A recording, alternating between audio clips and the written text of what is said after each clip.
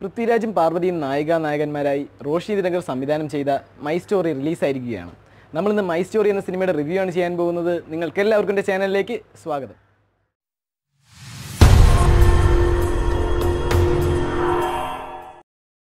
ഒരുപാട് കാത്തിരിപ്പുകൾക്ക് ശേഷമാണ് my story എന്ന സിനിമ റിലീസായിരിക്കുന്നത്. ഇനി നമുക്ക് സിനിമ എങ്ങനെയുണ്ടെന്ന് നോക്കാം. സിനിമയുടെ ഫസ്റ്റ് ഹാഫ് നോക്കുമ്പോൾ നായകൻ്റെ ആഗ്രഹങ്ങളും മോഹങ്ങളും ഒക്കെയാണ് കാണിക്കുന്നത്.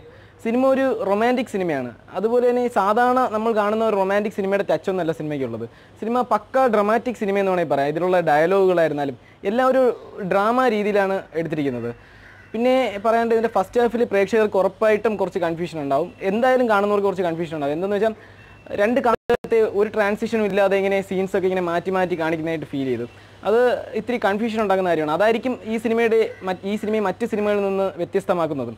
പിന്നെ സെക്കൻഡ് ഹാഫിലോട്ട് പോകുമ്പോൾ പ്രേക്ഷകർക്ക് തീർച്ചയായിട്ടും കുറച്ച് ലാഗ് ഫീൽ ചെയ്യാൻ സാധ്യതയുണ്ട്. അത് അത്ര പ്രശ്നമുണ്ടായതായിട്ട് എനിക്ക് തോന്നിയില്ല. ഒരു ചെറിയ ലാഗ് മാത്രമേ ഫീൽ ചെയ്യുന്നുള്ളൂ. അത് സിനിമ അർഹിക്കുന്നുണ്ടെന്ന് തോന്നുന്നു. പിന്നെ സിനിമയെ മൊത്തത്തിൽ പിടിച്ചു നിർത്തിയത് സിനിമയുടെ കഥയെന്ന് നമുക്ക് പറയാം. എന്ന് വെച്ചാൽ സാധാരണ ഒരു റൊമാൻറ്റിക് സിനിമകളിൽ ട്വിസ്റ്റോ സർപ്രൈസോ ഒന്നും കാണില്ല. പക്ഷേ ഈ സിനിമയ്ക്ക് ട്വിസ്റ്റും സർപ്രൈസൊക്കെ ഉള്ളൊരു സിനിമയാണ്. അതുപോലെ തന്നെ മ്യൂസിക് ഈ സിനിമയെ ഒരുപാട് സ്വാധീനിക്കുന്നുണ്ടെന്ന് പറയാം. അതിന് ഫുൾ ക്രെഡിറ്റും പോകുന്നത് ഷാൻ റഹ്മാനാണ് ഈ സിനിമയുടെ മ്യൂസിക് ചെയ്തിരിക്കുന്നത്. മ്യൂസിക് ഈ സിനിമയെ ഒരുപാട് സ്വാധീനിക്കുന്നുണ്ട്. നല്ല നല്ല പാട്ടുകളും. അതുപോലെ തന്നെ വിഷ്വലിൻ്റെ കാര്യം നോക്കുകയാണെങ്കിൽ പോർച്ചുഗലിൽ വെച്ചാണ് ഏകദേശം 45 ദിവസത്തെ ഷൂട്ടും ചെയ്തിരിക്കുന്നത്. അവിടെയുള്ള ലൊക്കേഷൻ ആയിരുന്നാലും എല്ലാ വിഷ്വലും വളരെ മനോഹരമായിരുന്നു. അതുകൊണ്ട് തന്നെ ഈ സിനിമ കണ്ടുകൊണ്ടിരിക്കുമ്പോൾ അങ്ങനെ വിഷ്വലുമായിട്ട് ബന്ധപ്പെട്ട ഒരു ബോറ് നമുക്ക് ഫീൽ ചെയ്യില്ല. പിന്നെ ഡയലോഗ് നോക്കുകയാണെങ്കിൽ ഡയലോഗ് ഡ്രാമാറ്റിക് ഡയലോഗാണ്. പിന്നെ അഭിനയിച്ചവരുടെ കാര്യം നോക്കുകയാണെങ്കിൽ അഭിനയിച്ചിരിക്കുന്നത് പൃഥ്വിരാജും പാർവതിയാണ് എടുത്തു പറയേണ്ടത്. അവർ രണ്ടുപേരും തന്നെയാണ് സിനിമയിൽ ഉടനീളം ഉള്ളതും.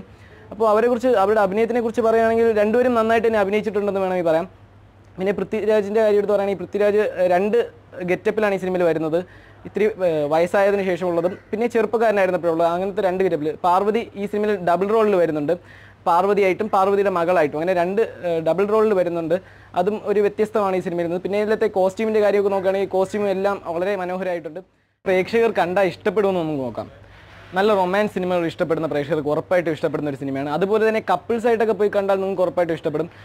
നല്ല നല്ല ഡയലോഗ് ഉണ്ട്. ഒരുപാട് നല്ല സീനുള്ള സിനിമയാണ്. നല്ല ലവ് സ്റ്റോറി ഇഷ്ടപ്പെടുന്നവർക്ക് തീർച്ചയായിട്ടും. അതുപോലെ തന്നെ അടിച്ചുപൊളി സിനിമ കാണാൻ പോകുന്ന പ്രേക്ഷകർക്ക് ഒട്ടും ഇഷ്ടപ്പെടുമെന്ന് എനിക്ക് തോന്നുന്നില്ല. എന്ന് വെച്ചാൽ അങ്ങനത്തെ ഒരു സിനിമയല്ല. ചെറിയ ചെറിയ കോമഡിയൊക്കെ ഇടയ്ക്കിടയ്ക്ക് വരുന്നുണ്ടെന്നല്ലാതെ ഇത് പക്ക ഡ്രമാറ്റിക് പടമാണ്. അതുകൊണ്ട് നല്ല അടിച്ചുപൊളി പടം കാണാൻ പോകുന്ന പിള്ളേരൊന്നും പോയി കണ്ടാൽ ചിലപ്പോൾ ഇഷ്ടപ്പെടുന്നിരിക്കില്ല. ഈ ചങ്ക്സ് പോലുള്ള സിനിമയെ കാണാൻ പോകുന്നവർക്ക് ചിലപ്പോൾ ഇഷ്ടപ്പെടുന്നിരിക്കില്ല. അത് മാത്രമേ എനിക്ക് പറയാനുള്ളൂ. പ്രേക്ഷകരുടെ കാര്യത്തിൽ എനിക്ക് അത് മാത്രമേ പറയാനുള്ളൂ. പിന്നെ സിനിമയ്ക്ക് ഞാൻ എന്ന് പ്രേക്ഷകൻ റേറ്റിംഗ് കൊടുക്കുകയാണെങ്കിൽ സിനിമയ്ക്ക് 100-ന് ഒരു 60 ആയിരിക്കും കൊടുക്കുന്നത്.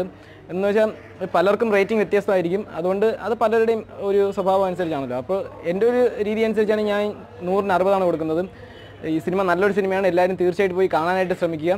പിന്നെ ഇതിൽ മോശമെന്ന് പറയാൻ സിനിമയിൽ വേറൊന്നുമില്ല. ഈ വീഡിയോ നിങ്ങൾക്ക് ഇഷ്ടമായെങ്കിൽ തീർച്ചയായിട്ടും ലൈക്ക് ചെയ്യുക. എൻ്റെ വീഡിയോ ഇഷ്ടമായെങ്കിൽ ഷെയർ ചെയ്തും എൻ്റെ ചാനൽ സബ്സ്ക്രൈബ് ചെയ്തും എല്ലാം എന്നെ സപ്പോർട്ട് ചെയ്യുന്ന പ്രതീക്ഷിക്കുന്നു. അടുത്തൊരു വീഡിയോ ആയിട്ട് കാണുന്നത് വരെ ബൈ.